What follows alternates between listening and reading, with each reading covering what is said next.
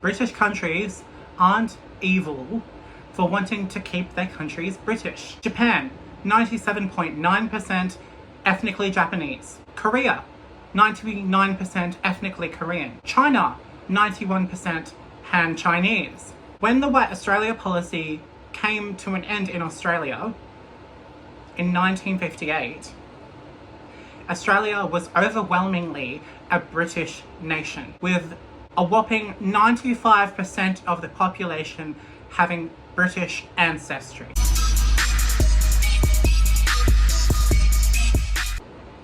Make Australia British again? David here. We are brought to today, according to the 2021 census, British people, ethnically British Australians, are now 51% of the population. Why did Australia abolish the White Australia policy, also formerly known as the Immigration Restriction Act 1901? Well, Australia felt pressure from fellow Anglosphere countries. UK. The White Australia policy provoked strong opposition from Britain and the Commonwealth. In a letter to the Times, Sally Shan from London. It's all wrong for Australia to bar immigrants from coloured Commonwealth countries. India is overpopulated and starving, and yet when Australia needs immigrants, it goes to Germany and Greece. A few years ago, the Germans were hated all over the world. Now they're welcomed in Australia. America. I've met many Southeast Asians who had a lot of antagonisms against your country, more specifically your government, and even more specifically against that on your racial immigration laws. Are you saying that you're going to moderate those even more and more as time goes on? Not one representative of an Asian government has ever raised with me in my many travels around the area the question of our immigration policy. Your country, by geography, is Asian. By race, it is white. And you continue a pure white immigration policy excluding Asians, your neighbors, from immigrating into Australia. Will that not boomerang against your country? Well, no, we've liberalised the arrangements quite a deal. And the governments of the area recognise the value for them of a secure, stable and relatively homogeneous Australia. All tried to bully Australia into opening its doors to non-European migration. Now, why were they attacking Australia? Was it out of spite? Was it jealousy? Even New Zealanders today like to attack Australia's so-called racist past. They act like they never had an race-based immigration policy. For crying out loud, how self-righteous. Our beautiful homogeneity is what garnered a lot of controversy back in the day, but it's also what attracted a lot of people to Australia from Anglosphere countries, of course. As these other Anglosphere countries were suffering from the problems caused by multiracialism and multiculturalism. Australia's British ancestry population back in 1954, according to the 1954 Australian census, was 8,582,251 people, out of the total population of 9,003,070. The remaining 5% of Australia's population at the time would have been from other places in Europe as well, like the Netherlands, Austria, Germany, all cultures and races of familiar stock to the Australian British population. Now, back during the 1950s, America had a population of 90% white people, with black people accounting for only 10% of the population. So Anglosphere countries really were majority white. Now we're at a time where the US, white people are about to become a minority in a white country. Now that's a very scary thing, not just for the Anglosphere, but for Australia as well.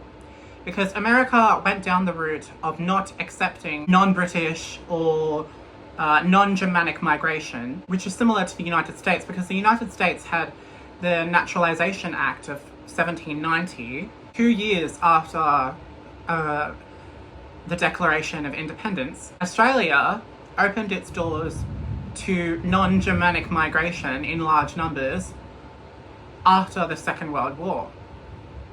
Now, does that mean white people or British people will become a minority in Australia? Well, according to the census that I spoke about earlier, British people are now 51% of the population. But do we want to live in a country where white doesn't specifically refer to British people? I don't want to be like America, where they have such a broad definition of white that it includes North Africans or Southern Europeans. You know, they may have white skin and, you know, they may be phenotypically similar, but not as similar as Germanic or Scandinavian people or Celtic people, for example.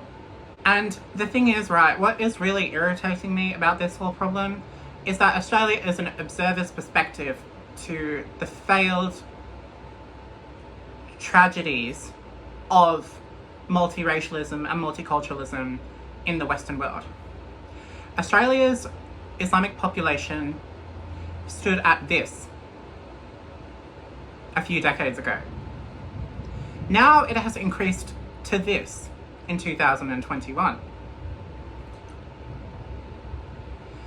Now, what comes to mind when we think of Islamic people in Europe was the French bombings back in 2015. So, I mean, Australia is looking at all of these problems of mass Islamic migration into Europe. Now, instead of learning from the faults of Europe, Australia is now going to subsequently follow the mistakes from Europe. Which is really frustrating, because if other people don't do immigration well, then you should learn off them, not copy them. And Australians are projected to take in around 800 refugees from the Gaza Strip. Australia did not cause this war. Even if it did, our government has duties to protect the citizens, not to protect refugees.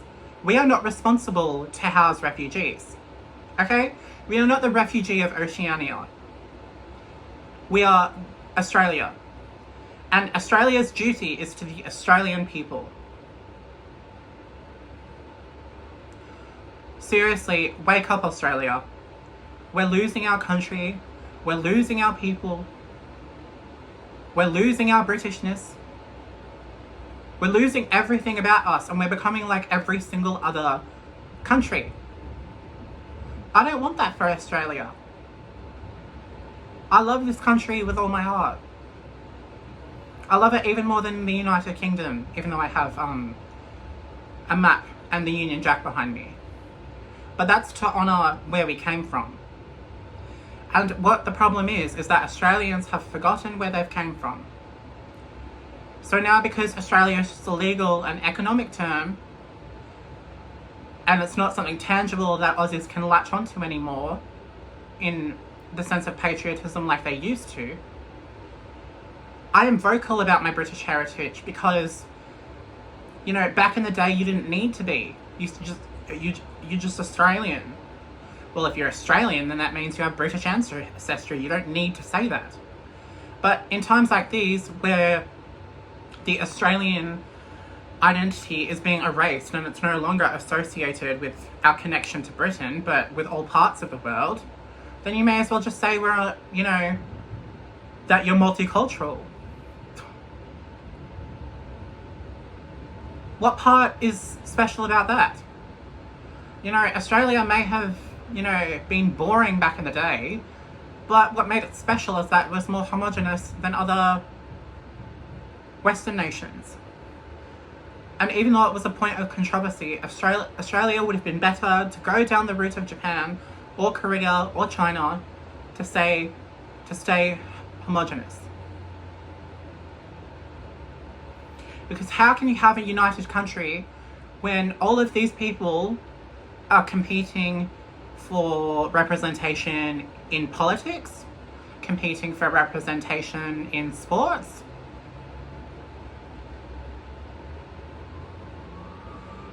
These people just scream jealousy. Immigration is not a right. Even if your parents weren't born here, but you were, well, I'm sorry, we had an immigration policy to keep them from coming into the country. Okay? That doesn't mean you get to treat white Australians horribly just because they don't see you as Australian. Australia is a new migrant country. Okay? So we haven't started accepting immigrants outside of Europe since the 1970s. So that's only half a century ago.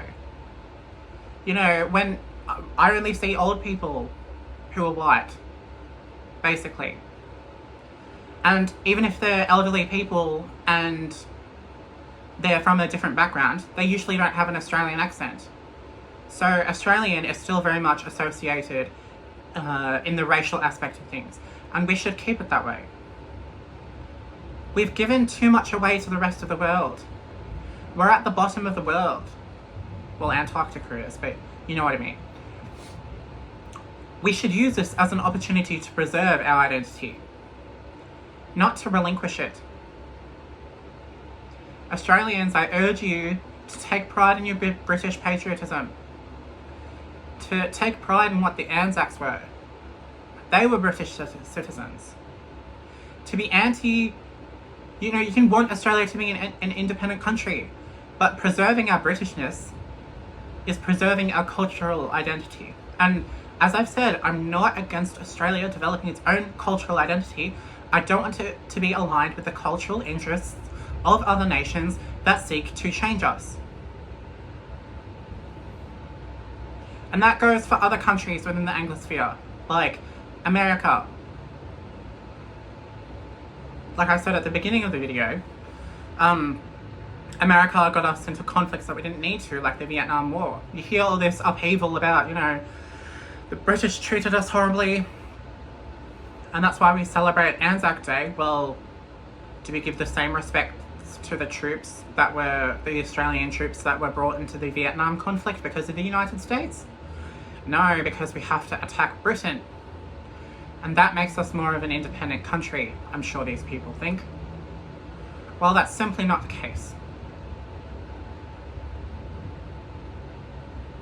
You don't say you're becoming your own country and then just change the goalposts to another country. You preserve what you already have, you keep it that way, and if you want to be independent, go right ahead. But the consequence of Australian, you know, this progressive mindset since the 1980s, Australian is now a political term. It doesn't refer to race or to ethnicity anymore. And that's a bad thing for Australians. Because then, as I said, it makes us just like any other country.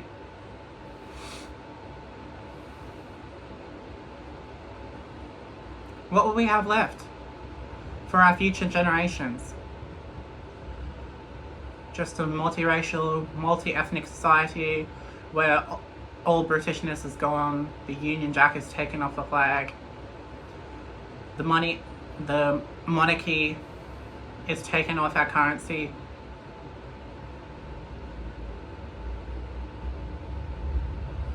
Why is it that everyone else is allowed to be proud of their heritage, but the minute you're proud of your British heritage, it makes you a colonizer? Well, I own that term. Let's take back the word colonizer. Australia was colonized by the British. Okay? So if anyone, you know, has a go at you for you calling yourself a colonizer, just say I'm reclaiming the slur.